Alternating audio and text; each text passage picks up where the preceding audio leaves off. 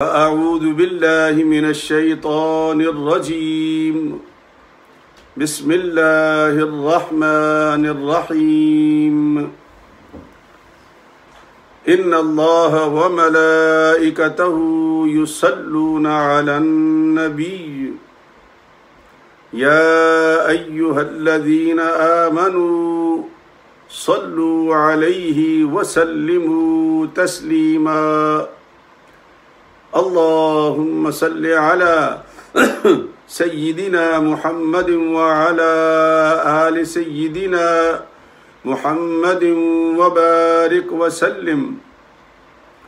الصلاة والسلام عليك يا سيدي يا رسول الله وعلى آلك وأصحابك يا حبيب الله. الصلاة والسلام عليك يا سيدي يا رحمة للعالمين. الصلاة والسلام عليك يا سيدي يا شفيع المذنبين.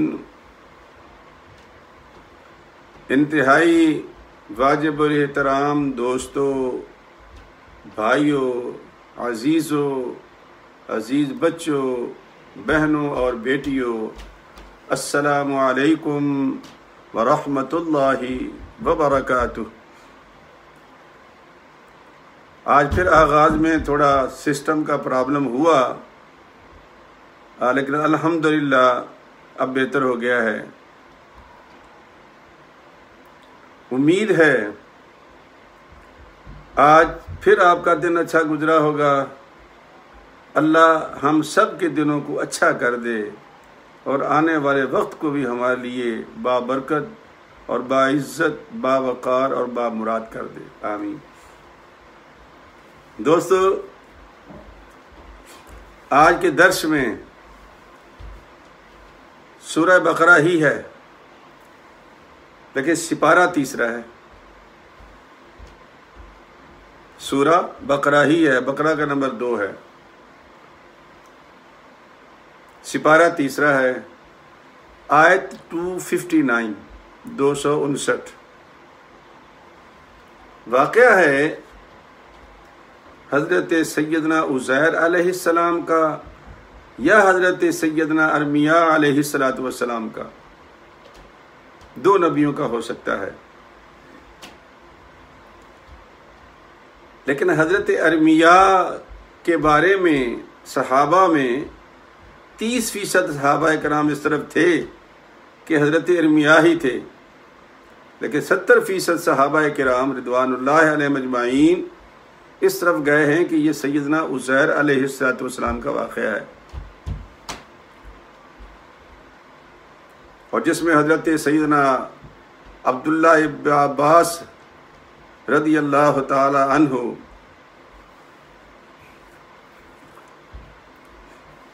اور ان کے ساتھی ہیں۔ تو میں حضرت عزیر علیہ السلام کے بارے ہی میں عرض کروں گا۔ حضرت عزیر کے بارے میں یہودیوں کا عقیدہ تھا، قرآن کریم نے بھی اس کو اشارہ کیا ہے، سورہ توبہ میں آیت نمبر 30 ہے۔ وہ کہتے ہیں کہ وقالت الیہود عزیر ابن اللہ وقالت النصارى مسیح ابن اللہ۔ حضرت سیدنا عزیر علیہ السلام کو یہودی اللہ کا بیٹا کہتے تھے۔ اس کی وجہ کیا تھی؟ یہ واقعہ جو اب میں پڑھوں گا اس کے اندر انہوں نے بیان کیا ہے کہ اس کی وجہ کیا تھی، اور یہ سورہ بقرہ کی آیت نمبر 259 ہے، سپارہ نمبر 3 ہے۔ حضرت سیدنا عزیر علیہ السلام، اچھا اس میں بہت لمبی چوڑی کہانیاں ہیں، پڑھنے کے لیے وقت چاہیے، تو میں کوشش کرتا ہوں کہ جو اتھینٹک، سچی اور حقیقی بات ہو، جس کے بارے میں اگر کوئی ثبوت بھی دینا پڑے تو فوری طور پر میسر آ جائے، طوطا کاری نہ ہو، سچی بات ہو۔ عزیر علیہ السلام، اچھا یہ اگر آپ کو یاد ہو تو مختلف انبیاء کرام بنی اسرائیل میں آتے رہے اور وہ اپنی من مانیوں سے باز نہ آتے تھے، من مانی کرتے تھے، جس طرح آج کل ہم مسلمان کرتے چلے جا رہے ہیں۔ بالکل وہی پیٹرن ہے ہمارا بھی، آج بھی وہی حالت ہے ہماری۔ اللہ ہمیں معاف کرے۔ قرآن پڑھنے والوں کو، داڑھی شریف رکھنے والوں کو مذاق کا نشانہ بنانا، حجتیں کرنا، باتیں بنانا، آج بھی وہی ہے۔ عورتوں کو چھیڑنا، بہن بچی کی عزت محفوظ نہ ہونا، یہ وہ بیماریاں تھیں جو بنی اسرائیل میں در آئی تھیں۔ بخت نصر نے، جیسا کہ آپ کو بتایا، شہنشاہ بابل نے، اور بابل کا جو بھی بادشاہ ہوتا تھا اس کا لقب نمرود ہوتا تھا، تو بابل کے نمرود بخت نصر نے اینٹ سے اینٹ بجا دی یروشلم کی۔ کہتے ہیں کہ 12 لاکھ بندے تھے اس وقت میں، 6 لاکھ کو اس نے قتل کر دیا اور 6 لاکھ کو قیدی بنا کے وہ بابل میں لے گیا، یعنی عراق کے علاقے میں لے گیا۔ 6 لاکھ کو تہہ تیگ کر دیا، برباد کر دیا یروشلم کو، اینٹ سے اینٹ بجا دی۔ جس سے ان کا خیال یہ ہے کہ جب ہیکل سلیمانی اس نے گرایا تھا تو تہہ خانے میں سارے ان کے ربائی بھی مر گئے تھے اور تابوت سکینہ بھی اندر ہی آئے۔ اس میں ان قیدیوں میں حضرت عزیر علیہ السلام اور ان کا خاندان بھی تھا، بچے تھے، قیدی بنا کے لے گیا، وہ قید کاٹی، اور کہتے ہیں کہ کئی برس یروشلم دوبارہ آباد نہیں ہوا، برباد رہا۔ جب حضرت سیدنا، پھر وہ ایرانی بادشاہ نے، جس کو سائرس کہتے ہیں یہ لوگ، اس نے حملہ کیا اور ان لوگوں کی جان چھڑائی وہاں سے، تو یہ واپس آئے بیت المقدس میں۔ تو اس وقت حضرت سیدنا عزیر علیہ السلام کی عمر 40 سال کی ہو چکی تھی، اور آپ کو پتہ ہے نظام قدرت یہ ہے کہ جب 40 سال کا بندہ ہو جائے تو اللہ پاک اپنی نبوت کے اعلان سے ان کو سرفراز فرماتا ہے۔ نبی تو وہ پہلے سے ہی ہوتے ہیں، شروع سے ماں کو بھی پتا ہوتا ہے کہ میرا بیٹا نبی ہے، تو بتاتا بھی ہے اللہ۔ اور اس کے زندہ مثال حضرت موسیٰ علیہ السلام کی والدہ تھی، اور ہمارے پیارے نبی جب پیدا ہوئے ہیں تو بخاری شریف میں بھی اور دوسری کتابوں میں بھی احادیث موجود ہے کہ باب، ترمذی شریف میں ہے، باب ما جاء فی میلاد النبی صلی اللہ علیہ وسلم، ان احادیث کے بیان میں جو حضرت سیدہ آمنۃ الزہرا نے بیان کی ہیں میلاد کے بارے میں۔ ظاہر قرآن میں تو نہیں آ سکتا نا، قرآن تو پہلے سرکار پر اترا ہے نا، ابھی تو ان کی والدہ کی بات ہو رہی ہے۔ اور اللہ فرماتا ہے اوحینا الی ام موسیٰ، کہ ہم نے موسیٰ کی ماں کی طرف وحی کی کہ بیٹے کو دریا میں ڈال دے، جب ہم تیرا بیٹا تجھے لوٹائیں گے تو ہم اسے رسول بنا کر تمہیں دیں گے۔ یہ اللہ کا وعدہ ہے، تو اعلان کرتے ہیں، وہ نبی نہیں بناتا اللہ۔ یہ بعض لوگوں کے دماغ میں ایک خلل ہے، اور آج بھی بڑے دھڑلے سے لوگ یہ باتیں کرتے ہیں کہ جی 40 سال تک تو ان کو پتہ ہی نہیں تھا کہ وہ نبی ہیں۔ نہیں، اللہ تیار کرتا ہے۔ 40 سال کی عمر میں ان کو نبوت مل گئی، حضرت عزیر علیہ السلام کو، چل پڑے، گدھا ان کے ساتھ تھا۔ وہ کہتے ہیں کہ وہ دیر بابل، یہ دجلہ کے کنارے شہر تھا، یا واپس بیت المقدس میں پہنچے، اجڑا ہوا شہر تھا، اور اجڑے ہوئے شہر میں تو انہوں نے دیکھا کہ یا اللہ نبی تو میں بن گیا ہوں، لیکن یہ حالت تو یہ ہے یہاں پر، یہ تو کیسے دنیا زندہ کرے گا دوبارہ، کیسے بنائے گا تو؟ یہ تو دنیا برباد ہو گئی، چھتوں پہ ہر شے گری ہوئی ہے، چھت نیچے ہے، دیواریں اوپر ہیں، بیڑا غرق ہے سب کا۔ یا اللہ کیسے کرے گا؟ اچھا وہ روٹیاں تھوڑی سی ان کے ساتھ تھیں، انگور تھے، تو انہوں نے روٹی اپنے پیالے میں بھگوئی اور اوپر سے رومال میں رکھ کے انگوروں کو نچوڑا ان روٹی کے اوپر تاکہ تھوڑی دیر بھیگ جائیں تو نرم ہو جائیں گی تو میں کھاؤں گا۔ پیالہ ساتھ پڑا ہوا تھا، وہ دیوار کے ساتھ ٹیک لگائی، حضرت عزیر علیہ السلام نے ٹیک لگی تو اللہ تبارک و تعالیٰ نے اپنے فضل و کرم سے ان پہ نیند طاری کر دی یا اس کی روح قبض کر لی، تو اللہ ہی جانتا ہے۔ بہرحال اللہ فرماتا ہے کہ میں نے اسے موت دے دی۔ اور وہ صبح کا وقت تھا، ناشتہ فرمانے لگے تھے، وہ صبح کا وقت تھا، اور جب ان کی آنکھ کھلی، اور کب کھلی؟ 100 سال کے بعد،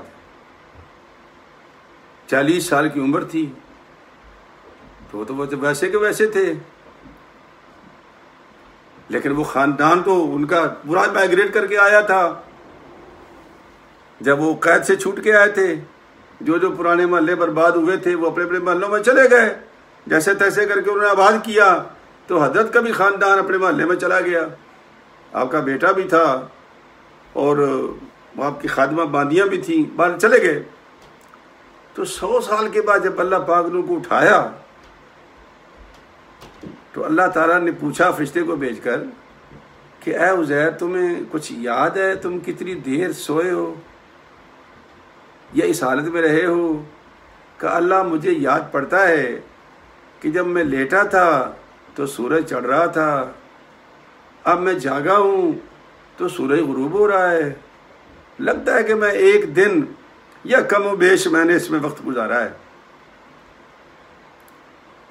اللہ پاک کے فرشتے نے کہا کہ اے عزیر، تو ایک دن نہیں 100 سال تک تو سویا ہے، 100 سال تک۔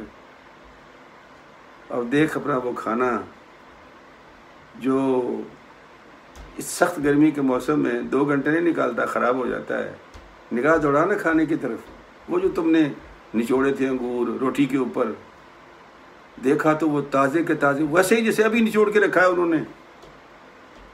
پریشان ہو گئے کہ اگر میں 100 سال سویا ہوں تو یہ تو ویسے کا ویسے ہی ہے۔ پھر اللہ پاک نے کہا ذرا اس گدھے کی طرف بھی نگاہ دوڑا جہاں تم نے باندھا ہے۔ جب گدھے کی طرف دیکھا تو گدھے کی ہڈیاں بھی بھر بھری ہو چکی تھیں، مٹی بننے کے قریب تھی۔ اللہ اکبر، کہا اللہ یہ کیا راز ہے؟ کہا کہ میں تمہیں تیار کر رہا ہوں لوگوں کے لیے تاکہ تو باخبر ہو جائے، تجھے عین الیقین بھی ہو جائے اور حق الیقین بھی ہو جائے، ہاں لوگوں کو بتا سکے کہ میں یہ دنیا دیکھ کے آ رہا ہوں۔ بھائی سمجھا کہ اللہ اپنے انبیاء کو تیار کرتا ہے، سب کچھ بتا دیتا ہے اس کو۔ پڑھوں گا آیت میں، آپ کو ترجمہ سمجھ آ جائے گا، کوئی سی بات نہیں، لیکن جب بعد میں پڑھو گے پھر سمجھ آ جائے گا۔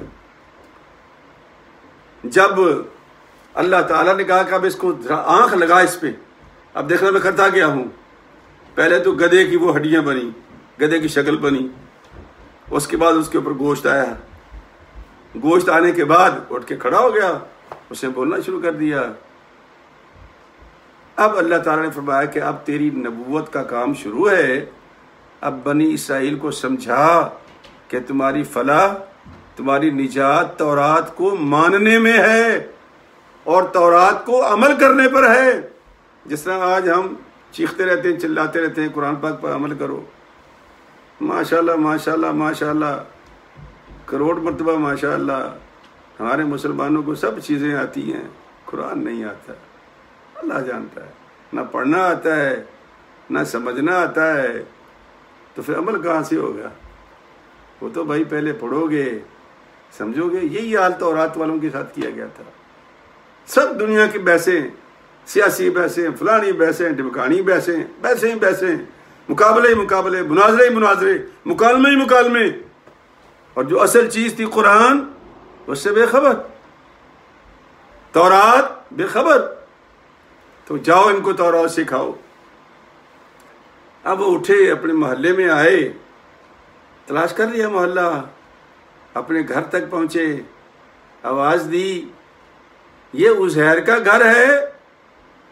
اندر سے ایک بڑھیا آواز دی جس کی آنکھیں نہیں تھی، ٹانگیں اس قابل نہیں اٹھ کے کھڑی ہو سکتی، کہنے لگی میں تو بڑی مدت کے بعد یہ آواز سن رہی ہوں، میں نے تو 100 سال سے عزیر کو دیکھا ہی نہیں، آج پہلی مرتبہ 100 سال میں تمہارا نام، میں عزیر کا نام سن رہی ہوں، تم کون ہو؟ حضرت عزیر نے فرمایا کہ میں ہی عزیر ہوں۔ مائی صاحبہ فرمانے لگی میں عزیر کی باندی تھی اور وہ مستجاب الدعوات تھے، اگر تم عزیر ہو تو دعا کرو میری آنکھیں مجھے واپس آ جائیں، پاؤں میں طاقت آ جائے تاکہ میں اٹھ کے استقبال بھی کروں اور آنکھوں سے دیکھ کے مجھے یقین بھی آ جائے کہ تم عزیر ہو۔ دعا کر دی، اللہ کے نبی نے دعا کر دی، آنکھیں بھی آ گئی، کھڑی بھی ہو گئی، پہچان لیا۔ اب وہ مائی صاحبہ کا آؤ میں تمہیں تمہارے خاندان سے ملاتی ہوں۔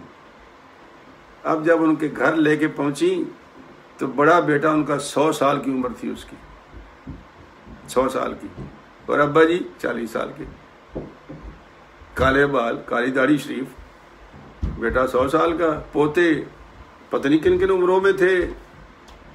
تو بیٹا گھبرا گیا، اس نے کہا یہ میرے والد ہیں؟ کہا جہاں تک مجھے یاد پڑتا ہے میں چھوٹا ضرور تھا لیکن میرے والد کے دونوں کندھوں کے درمیان پیٹھ کے اوپر یہاں پر گردن کے قریب ایک ہلال تھا جو نبوت کا نشان تھا، جو نبوت کا نشان، نبوت تو راستے میں ملی ہے ان کو، جو نشان تھا ان کا وہ دیکھوں گا تو میں یقین کر لوں گا کہ وہ عزیری ہیں۔ جب وہ قمیص ہٹا کر دیکھا گیا تو وہ ہلال وہاں موجود تھا، اٹھ کے استقبال کیا، ہاتھ چوما۔ تورات تو تباہ کر دی تھی بخت نصر نے، کسی کو یاد نہیں تھی اور کسی کے پاس کوئی نسخہ نہیں تھا، بالکل خالی۔ حضرت سیدنا عزیر صاحب بیٹھے ہوئے، ایک فرشتہ آیا، ان کو تو صرف نبی دیکھتے ہیں نا، ہم تو دیکھ نہیں سکتے۔ انہوں نے کچھ پلایا ان کو، انہوں نے جیسے ہی وہ پیا، اللہ پاک نے پوری تورات ان کے اندر دوبارہ وہ حافظ تھے تورات کے، ساری تورات شریف ان کے اندر پھر تازہ ہو گئی۔ اب لوگوں نے کہا کہ بھئی وہ تو حافظ جی تھے تورات کے بچپن میں، اگر واقعی یہ عزیر ہے تو پھر تورات، ان کا تورات سنو، لکھو۔ تو انہوں نے حضرت عزیر علیہ السلام نے زبانی سب کو تورات لکھا دی، لیکن جتنے بھی لکھنے والے تھے تورات ایک ہی تھی، 4-5 نہیں تھی، ایک ہی تھی۔ بچے کو یاد آیا کہ میرے والد نے مجھے کہا تھا فلاں درخت کے نیچے ایک نسخے کو چھپایا گیا تھا، اب مجھے یاد آیا یہ بات سن کے، چلے وہ کھول نہ لیں کیونکہ میں دبانے میں ساتھ تھا۔ تو جب وہ وہاں پہنچے، درخت کی نیچے سے زمین کو اکھاڑا تو اندر سے تورات نکل آئی۔ اب انہوں نے جو لکھی تھی تورات اور وہ جو پرانی تورات نکلی تھی، جب کمپیئر کیا تو حرف بحرف ایک تھا، تمام صحیح تھا۔ لوگوں نے کہا ہوئے ہوئے ہوئے ہوئے، یہ عام آدمی تو ہو نہیں سکتا، یہ یقیناً اللہ نے اپنا بیٹا ہمیں عطا فرمایا ہے۔ تو یہاں پر انہوں نے حضرت عزیر علیہ السلام کو، جس کا ذکر قرآن مجید نے کہا کہ وقالت الیہود عزیر ابن اللہ، یہ عزیر عام آدمی نہیں ہے، یہ تو اللہ کا بیٹا ہے۔ دوستو یہ کہانی قرآن مجید نے بیان کی ہے۔ آؤ جتنا وقت ہے ہمارے پاس اس میں سے ہم فائدہ اٹھاتے ہیں اللہ کے پاک کلام سے۔ ارشاد ربانی ہے او کالذی مر علی قریۃ وہی خاویۃ علی عروشها، یا اس شخص کی طرح جو ایک بستی پر گزرا، ایک بستی پر گزرا جو اپنے چھتوں پر گری ہوئی تھی، چھتیں نیچے، زمین اوپر، دیواریں اوپر، ادر درب ہر شے درم برم تھی۔ قالا انا یحیی ہادہ اللہ بعد موتہا، اس نے کہا کیوں کر اللہ زندہ کرے گا، یہ تو ہر شے برباد ہو گئی ہے، تباہ ہو گئی ہے، موت کے بعد جب مر جائیں گے سارے، ختم ہو جائیں گے، ختم ہو گئے، اب ان کو اللہ کیسے زندہ کرے گا؟ اللہ فرماتے فَأَمَاتَهُ اللَّهُ مِئَةَ عَامٍ، تو ہم نے پھر حضرت عزیر علیہ السلام کو بھی موت دے دی 100 سال کے لیے، ثم بعث، پھر ہم نے اٹھا دیا ان کو۔ یہ ہے اللہ کے کام، ہم نہیں کر سکتے، یہ مالک کے کام ہے۔ اور یہ لفظ آخر میں کہا حضرت عزیر علیہ السلام نے، ثم بعث، اٹھایا، پوچھا قال کم لبست، اے عزیر تم کتنا سوئے ہو، کتنا رہے ہو، جہاں بھی تھے؟ کہنے لگے قال لبست یوما او بعض یوم، مرخر ایک دن یا دن کا کچھ حصہ، چونکہ صبح لیٹے تھے ناشتے کے وقت پہ، عصر کے وقت اٹھ گئے، کہا جی ایک دن یا ایک دن کا کچھ حصہ۔